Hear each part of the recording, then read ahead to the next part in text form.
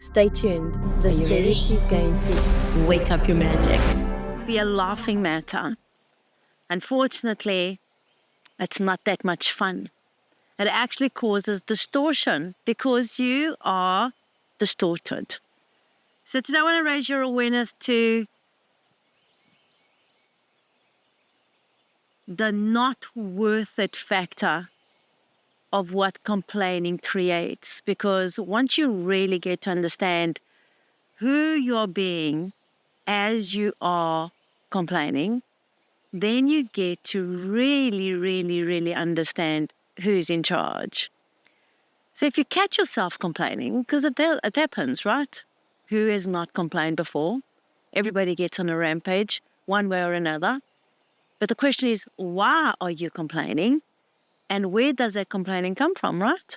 So obviously you're complaining because you're not happy, or you're frustrated, or something has not gone your way, or it's been a complete buildup of an exchange of energy from either a conversation, or you've been in tune to a frequency or a kind of a radio station that has been complaining the whole time, or sitting next to a friend that has just been complaining, or something that has not been flowing.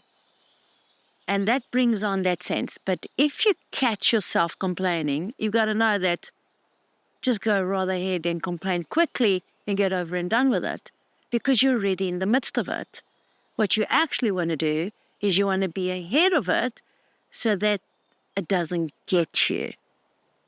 So let's take it back a few seconds just to explain what it is and where it comes from. Complaining comes from an emotional offset. There are disturbances in your emotional well-being or mental projections of triggering emotional chemical reactions that bring a dissatisfaction to you. And that is what complaining is about, because your self and your higher self are just not matching up. So you can feel it even more. And that is when you get to realize that your projection, your voice, your vibration, your energy, your feeler is dissatisfied. It is not happy. It's not lining up. But have you ever noticed that people that complain are being positive, or being feeling supported, or feeling happy, or laughing? Laughing and complaining are just not a match. Feeling good and complaining are not a match. Being in the sense of well-being in an environment of gratitude is not a match when you're complaining. So you have to choose. If you're going to choose to complain, then you're going to surrender and you're going to give up that spot that brings you this positive flow of energy that can give you that offset, okay, to jump off that bandwagon or release that balloon or deshackle yourself from that complaining segment of whatever that is, right? So why would you say that this is important? Because sometimes it's like driving a car. You're just driving and you're not even thinking about it, and you're just driving, and all of a sudden you think, oh, I just missed that turn, right? Well, it's kind of complaining. Sometimes you just complain about one thing and then you're complaining about another thing, and then all of a sudden it starts compounding. It's that compounding effect that is distorting you. And the more distorted you get, the more disruptive it gets. Because a person that starts complaining about something so insignificant becomes then complaining about something that is becoming a little bit more significant. And then all of a sudden, it is now a significant big complaint, because now the person has become a complainer. So, do you avoid? Do you interrupt? Do you move away? Do you run away? What is it that you do? Because we all get into that space, but we do have the choice to recognize how powerful we are in that choice to be in the space of complaining about something or not. So, as I said in the beginning, if you catch yourself complaining, then you're already in it. It's like going down the fluffy slide. Rather just go down quickly and get over and done with it and go, you know what? Dust and done. Wash your hands and keep on moving. But don't keep on moving into the whirlpool that then becomes a cesspool, that becomes you eating yourself up in this complaining pond that is going to go nowhere. It's like, it's the essence of worrying. You know, you're rocking in the chair and all you're doing is you're rocking and you're rocking, you're worrying and you're worrying, and the worry's not going anywhere because all you're doing is worrying. It's kind of the same feeling of what complaining is about. You can complain about until you interrupt yourself. And being able to interrupt that thought, that feeling that has disrupted you or distorted you or triggered you, you've got to understand why it is doing that. Because when you can go to the why, then you can also go to the emotional guidance of what your emotions are sharing with you, right? You're able to feel it. So if your emotion is saying, I don't really like that, and you don't listen, and you avoid yourself, and you keep on ignoring yourself, well, guess what? You are kind of retracting and redirecting your own emotions to be in a space to complain. So what do you do? And how do you do it, right? So the what do you do is, one, having the insight to interrupt yourself is one way. But what do you do? How do you do it? One, you have to be able to be outside hearing yourself. Nobody wants to be complaining. There's no good in it. It's going to go nowhere. It's energy that's just bonding. It's bonding a cluster of complainers all together because you don't find the happy person next to the complainers. Sooner or later, that happy person or that happy cell is going to be complaining about something, right? And it starts with insignificant little things. The reason I'm sharing this is because there's an avoidance to interrupt the person that's complaining. And people are significantly giving up their essence of inner well-being and bonding with somebody that's complaining because it just kind of makes a story. And in that storytelling, there is a premise and an amplified energy that sooner or later you can't ignore because there is a law that abides. And the more you complain, the more you will have more to complain about. And that's a fact. So it causes you to kind of step back, take a little breather in and interrupt and go, all right, what am I complaining about? But why am I complaining about? What am I dissatisfied about? And once you put that pen to paper, your truth is going to be woken up to what it is that you're really not happy about. You could be complaining about something that's truly arbitrary to what you're truly feeling. There's something that you are not getting. There's something that you're not happy about. So instead of following that path, step back, pause, take a deep breath in, and just ask yourself, what would make you happy right now? To give you enough relief from you being in this complaining department of situations that are just going to ripple effect into other things. So what do? How do you do it? Stepping back is one way, writing about it is another way, taking a deep breath, going for a walk.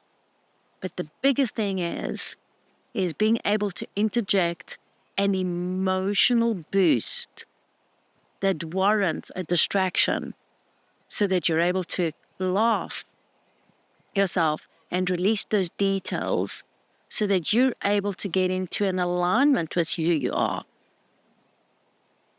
That is huge because you being able to understand what you are complaining about can only bring you more of what you don't want. So, if you were to do an exercise, and I wouldn't really encourage this because it's all going to do is going to project it, but if you were going to do an exercise, what am I complaining about? Is it really what I'm complaining about?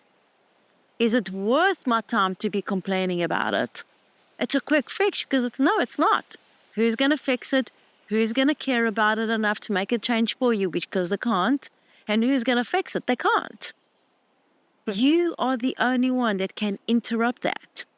But it's you, the one that has to have the muscle to be able to interrupt that for a higher reason because it has value to you. If the value is in the complaining, well, then don't be complaining about your complaints.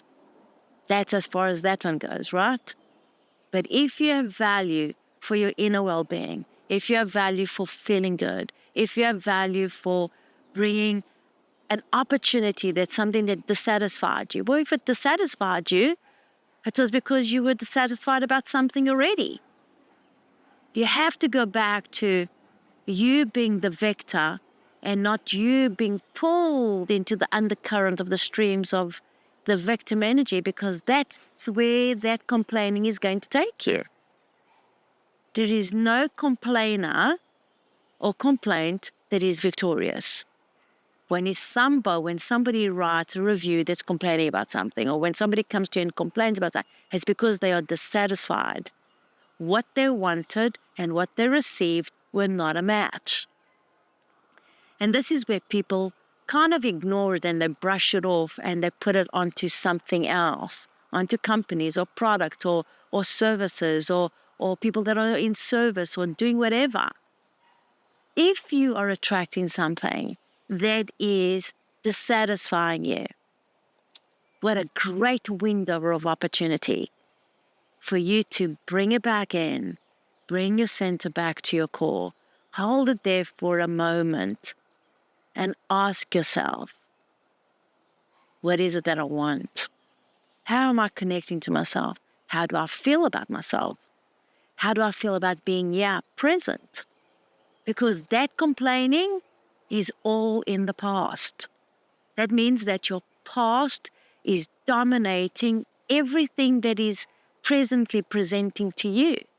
And, are you ready for this one? You're now giving power, because within us, we have an energy body system, which we call the rays of light, right?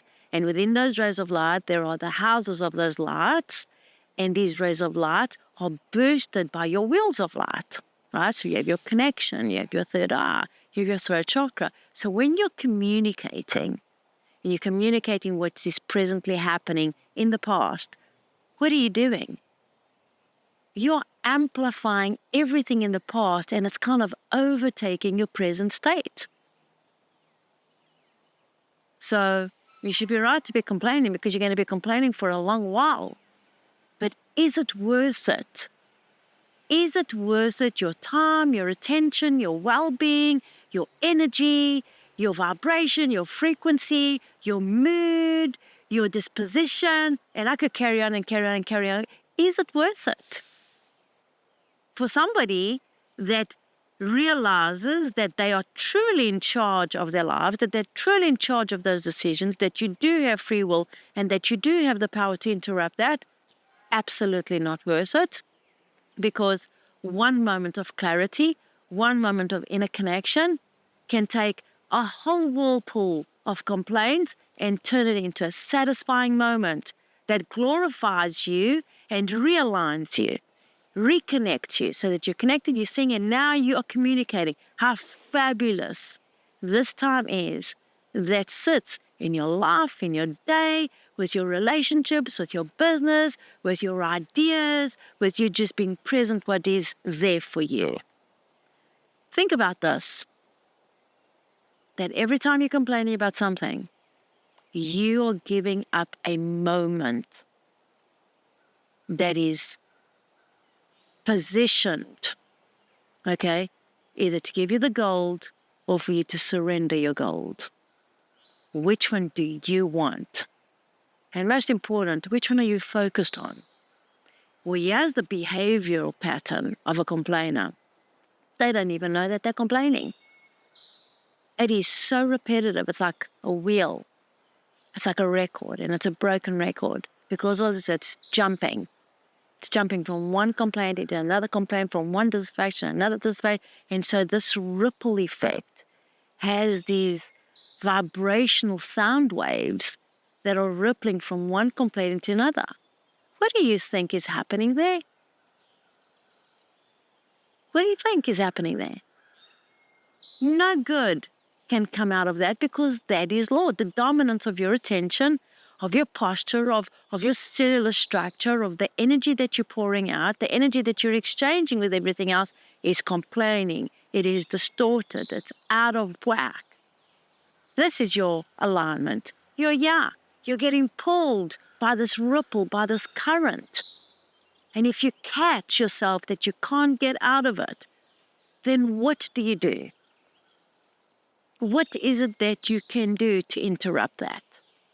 I would absolutely breathe and stop midway and tell yourself gently to be kind to you, because you matter with where you put your focus and what you say.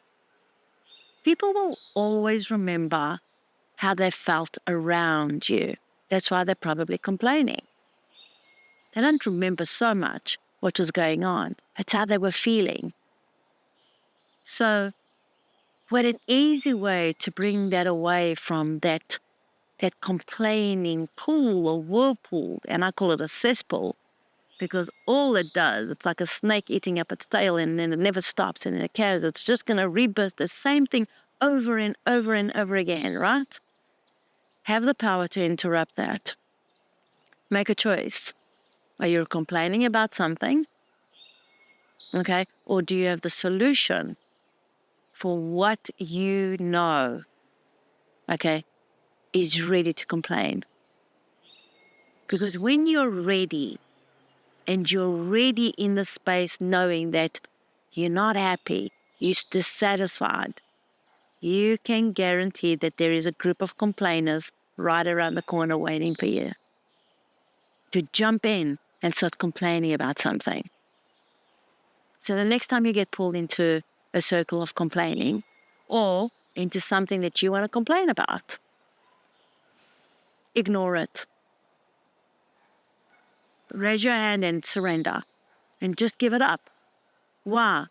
Because you are worth it.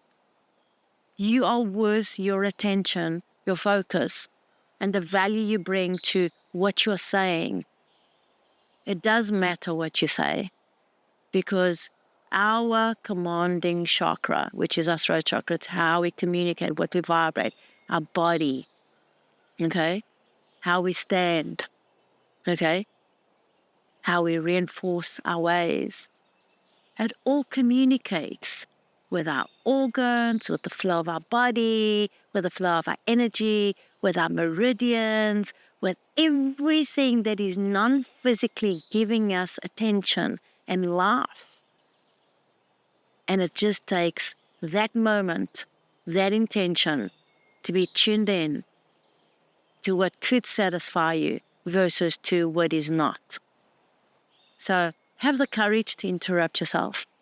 Listen to your body, listen to your thoughts, listen to your heart, and it just takes that quick of a moment to be empowered so that you're enriching yourself with value and choices that truly, truly contribute to the life you want. Okay?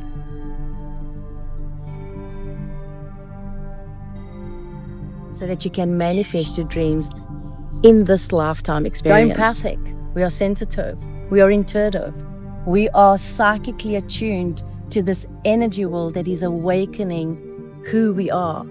You're so much more than who you think you are. And remind yourself that your higher self absolutely knows what you want. You are the creator of your future. Holds for you what you have put into your future, what you're thinking, but most of all, what you're feeling. That is what is coming to you. That is how the universe talks. You are the creator of your life. We all are. Are you ready? My name is Vanna.